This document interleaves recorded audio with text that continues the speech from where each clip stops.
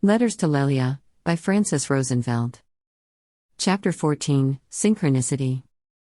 The approved list for the flower arrangements reads as follows: lilacs, French lavender, and water lilies, Lily announced, excited. Aren't we lucky sis can make this stuff up at the last minute? Who asks for lilacs in an equatorial climate? Sister Novis mumbled, slightly annoyed. They fit into the lavender theme, Lily tried to explain. Yes, I got that from the draping, the light show and the purple bunnies Sister Joseph is breeding, Sister Novis acknowledged, completely unimpressed. Kittens, they are kittens, Lily snapped. Whatever, Sister Novis said. When we're done spinning lilacs out of thin air, where do you want them? Oh, dear. I haven't thought about it. We need to create a cooling field around the flowers, or they're going to wilt in this heat. She jotted down a note to talk to Sis about it, and went on thinking out loud. I hope that's not going to interfere with the fusion cloud. If I have to ask for another approval from Vlor for the refrigeration system, we might as well drop everything right now. Sister Roberta is almost done with her surprise, and in the spirit of kindness I thought I'd let you know what it is before you have to explain it to the wisps during the ceremony. Do you want to know? Sister Novis asked. Go ahead, Lily resigned herself. She made a kinetic art piece using controlled fluid dynamics on fog. It looks a little like Humon. Actually, Sister Novis couldn't help herself. That's great news. We can safely assume the wisps are not going to speak to us again afterwards, Lily commented, too tired to get upset. Don't tease. Sister Novis replied. It will go great with Isolde's monumental artwork, also a surprise. How come nobody got the message that surprises are not a good idea for this event? Lily inquired. They did, they just don't care. To tell you the truth, the wisps are irritating the daylights out of some of us, Sister Novis answered, and from the all-inclusive commentary, Lily deduced the sister was one of the peeved us. She decided not to delve into the reasons. Sister Novis continued, 10 days to the big event, how is Lelia coping? Frankly, I haven't seen her since last Thursday. This ceremony preparation gig seems to be a 24/7 activity. Haven't seen Al either, come to think of it, or my husband. At least I know Humon made himself scarce on purpose. I should take lessons. How does one manage to avoid the all-encompassing interest and care of the wisps? Lily said, I guess being one, he's familiar with the drill. Novis looked at Lily. The latter looked frazzled and worn out. We need to get you out of here. Seriously, take a break. And go where? Have you seen the Vlorian delegation in charge of communications? They'll find me, I just know it. All I can accomplish is a change of decor for the nagging, Lily moaned, dejected. Better than nothing. Care to visit Solea? Sister Novis tried to tempt her. Not on your life. Endless wisp nagging and those anxiety-provoking winds? Why don't I rub my skin with sandpaper instead? It would be less unpleasant. Lily snapped. Forgot about the winds. How about Nirafor? The ocean songs are soothing, Sister Novis suggested. Too dark. Not in the mood for purple skies, Lily said. Ashtar? Novis continued her tempting offers. To do what? Lily said. Nothing, that's just the point. Everybody does absolutely nothing on Ashtar. It would be a nice change of pace. Too much machinery, Lily protested. Elara? Why would you choose a planet with no atmosphere? It has a beautiful view. Granted, we managed to get out of there before its star goes supernova. It looks like it's going to pop any second now. Okay, Barris. It's sunny, it's luxuriant, Sister Novis offered. It's overrun by snails, Lily protested. They're not snails, they are the population. By the time they notice us, we'll move somewhere else. Thanks, no. Last time I got back home completely covered in slime. Calyx? Calyx is nice. It looks a little like Vlor, actually, and those harmonizing echoes between the stone formations, what a wonderful sound phenomenon. Lily gave away her desired destination, without wanting to. Don't tell me you miss Vlor. Sister Novis couldn't believe her ears. Oh, how I long for the olden times when the eternal mists were just fog. I could cliff jump, it was quiet, I could be there by myself to sort out my thoughts. Lily waxed nostalgic. You know, I didn't think I'd say this, but you and the wisps probably deserve each other. How can you miss Vlor? You can't escape Vlor in death, Novis said, perplexed. The old Vlor, the one without nagging clouds, Lily clarified. Hey, I have an idea. Go to Vlor and take Purple and Sister Joseph with you. I feel you need some advice and companionship. Novis laughed at her. I would have to spend all my time with the Taga's cloud. They wouldn't dream of breaking protocol and allowing me to roam alone. Lily sighed. Sounds exciting. Sister Novis couldn't contain a giggle. Calyx would be nice, Lily reconsidered. We could grab some of those fuzz balls the wind carries along the canyons. They're purple, she suggested. We promised Sister Joseph we wouldn't bring any more. She doesn't want to overcrowd their habitat, said Novis.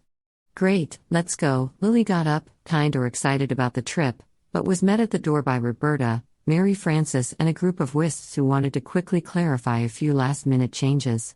They wanted to make sure there was plenty of time left for the approval process. They didn't want to rush the meetings, or miss out on any opinions. Well, Novis thought, if Lily doesn't go to Vlor. The wisps surrounded Lily with a plethora of details, coordination items and approval requests.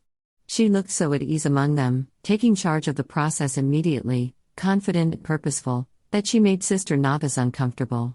Look at her, she'd gone full wisp, Sister Roberta whispered in Novis's ear. I don't know what to say, at least she's comfortable among them, better her than me, Sister Novis replied, unconvinced. Landing Bay, Terra 2, July 16, 3245. My dear child. Everybody has a dream growing up. What do you think mine was? I wanted to be an astronaut. My parents indulged my musings when I was really young, but as soon as I reached high school age and still carried around astrophysics manuals and talked about basic training and fitness standards, they felt it was their duty to channel my efforts into an endeavor with some likelihood of success. I have to confess that I wasn't an easy child. I had whims, demanding preferences, and an altogether daunting stubbornness that ensured efforts had to be doubled for any activity that required my cooperation. I certainly never agreed that being an astronaut was not in the stars for me, no pun intended, despite my parents' pleas that my 5-foot 98-pound frame could not withstand the weight of the equipment and the rigors of basic training, not to mention the challenges one might encounter in outer space. They explained that getting anything but an A+ in physics, a feat that seemed impossible for me, was in itself proof that I was not cut out for this field and was wasting both mine and their time and resources chasing after the wind. My mother was a teacher, so she made a lesson plan from all the physics curriculum, pointing out that if I managed to master it, she would consider the crazy pie-in-the-sky idea and try to persuade my father. She was just trying to prove a point, but I took her at face value and studied until I could recite all the material in my sleep. My little brother was the only witness to the long hours I spent at night learning the lessons under my blanket with a dim flashlight and my only light source. He didn't understand why I was doing it, but he worshipped me and assisted my efforts in every way he could. He kept watch for lights-out signals, he did my chores for me when I was too tired, he brought me hot cocoa when I got discouraged by failures, and he listened to my dreams. Because he never questioned the possibility of my becoming an astronaut, which he thought was the greatest thing in the world, I weaved my web of dreams with him, and the more stories I told and the more I went into details of what I envisioned, the higher the probability of achieving my dream appeared. When I turned 19, I explained to my parents that I will either be an astronaut or I won't do anything at all, and knowing my intractable personality, they relented. I filled out all my paperwork, set up appointments for the standard endurance tests, registered for the theoretical exams, gave it my best shot, and got a mountain of rejection letters to show for my efforts. If you are curious, the rejection letters pretty much pointed out that despite my praiseworthy enthusiasm for this daring human endeavor, my 5-foot 98-pound frame was not suitable for carrying even the weight of the basic equipment, and besides, even if it were, my command of astrophysics was average at best. The committee suggested a few career choices that would better fit my physique and knowledge base, wished me luck, and never looked at my credentials again. I would lie if I said I wasn't devastated. This had been my dream from the moment I opened my eyes to the world, and it felt like the entire universe fell on it, crushing it to pieces. My little brother was always by my side, comforting me in my sorrow and bringing new boxes of tissue when I ran out. He had been so devoted to my dream that he was even more upset than I at our parents, the committee, and everyone who said it was for the best that I failed, because now I got to put my efforts into something worthwhile and forget this nonsense. At some point I didn't even know anymore who was comforting whom in this setting. If you don't believe in life's endless reserves to surprise you, listen up, here comes the good part. Because I was more stubborn than a mule, my father's quote, and didn't consider under any circumstances doing anything else with my life, my parents decided that an internship of hard physical labor would teach me better than any other life lesson why I had to accept my limitations like every normal human being on the planet, again, in my father's words. He strongly believed it was his duty to guide me, and because it had become clear that my charmingly non-cooperating mood was not going to provide any positive outcomes, he took it upon himself to find said internship for me. This turned out to be a lot harder than he thought. Nobody needed summer laborers in our day and age. All the hard tasks were already automated, and tiny astrophysics enthusiasts with a bad attitude were not at the top of the wish list for any potential employer. He wasn't dissuaded. After all, where do you think I got the stubbornness? And kept searching until he stumbled upon this ad in the paper, from a convent in Perpignan searching for a person with a good science background to help out both in the experimental fields and in the lab.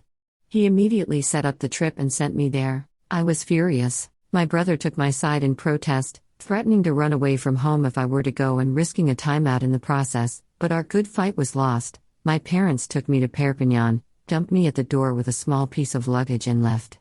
Agriculture, I thought, livid with rage. Of all the activities to waste my time with, they chose agriculture. In all my life I'd never managed to keep a potted plant alive, not to mention work successfully as a horticulturist. I didn't have the skills, the knowledge or the goodwill to make things work, which ensured that any expectation of success in this field was laughable at best. Despite my growing discontent, it dawned on me that I was no better equipped to function as a horticulturist than I was to become an astronaut, and started to see the humor in life that one has a hard time finding when one takes one's aspirations too seriously. You know the sisters, but people change over such long periods of time, especially when placed in this paradise where everything is possible. It is hard to keep a morose attitude in the face of such a blessed life, even though God knows Sister Joseph managed. Back then, though, everybody was a little rougher around the edges, and my attitude certainly didn't endear me to them, so my chore list always featured the pick of the crop of delightful activities. I tilled, I carried dirt, I dug holes for the trees and trenches for the vines, but most of all I got the pointless task of filling plot after barren depressing plot with this wretched mix of powdered brick and concrete bits, and I swear to you I thought the sisters were just trying to wear down my pig-headedness with pointless and exhausting manual labor. As far as the lab work was concerned, the only experiments I ever ran there were painstaking soil tests, activity that required skills so much below my level of expertise that I literally took offense to it. The sisters ignored me, for the most part, with the exception of Sister Joseph, who took it upon herself to bring me down a peg or two on the scale of self-centeredness and uppity attitude and kept me on a steady diet of the diatribes we all know and love. I was marking the days until my ordeal was to be over on the wall next to my bed, like one would while subjected to an unjust confinement like that. 2 days before my release, as I was pushing wheelbarrows full of brick dirt around the lots, I overheard Seth argue excitedly with Sister Joseph about the amount of potassium in the soil. The sister had tried to grow tomatoes in the wretched mix, an activity I found as pointless as anything else in that crazy place, and the plants weren't showing any sign of thriving.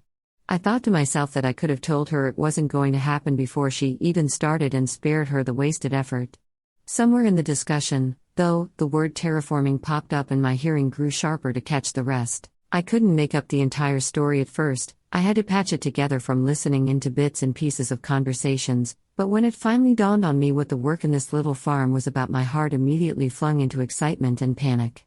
How was I going to convince my family to allow me to stay longer without bringing up the magic word space exploration, which seemed to doom everything they were associated with to the pile of denied requests?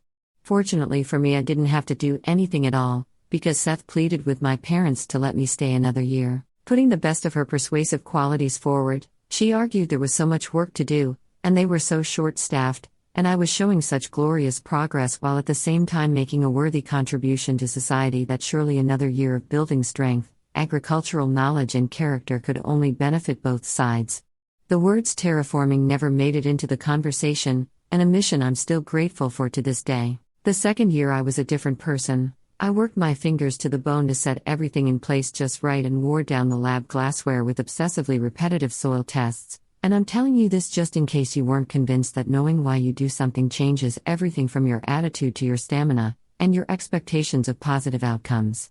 When the time came for Seth to pick a team for the maiden voyage to Terra 2, there was never a question whether I was going to be selected or not, and I didn't even consider the possibility that I might be left behind.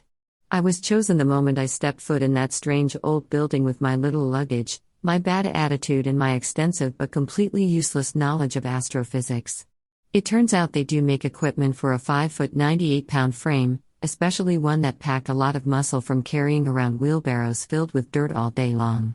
After the shuttle left the solar system and we got into deep space, I occasionally woke up thinking that I was still in the bedroom I shared with my little brother, and expected to hear him shuffle in his sheets and whisper at me to find out if I was awake, and my old self relive the sinking feeling in my stomach that my dream was never going to come true. You get so used to expect defeat and obstacles that even after you overcome them, their ghosts still haunt you with memories of failures that never happened. I'll leave it up to you to decide whether fate smiled upon me, God answered my prayers, or simply coincidence led me to my desired future, but whatever it was, I am grateful. I got to see as much of the universe as I dared to explore, and I owe it all to a pile of brick dust with little crumbles of cement mixed in.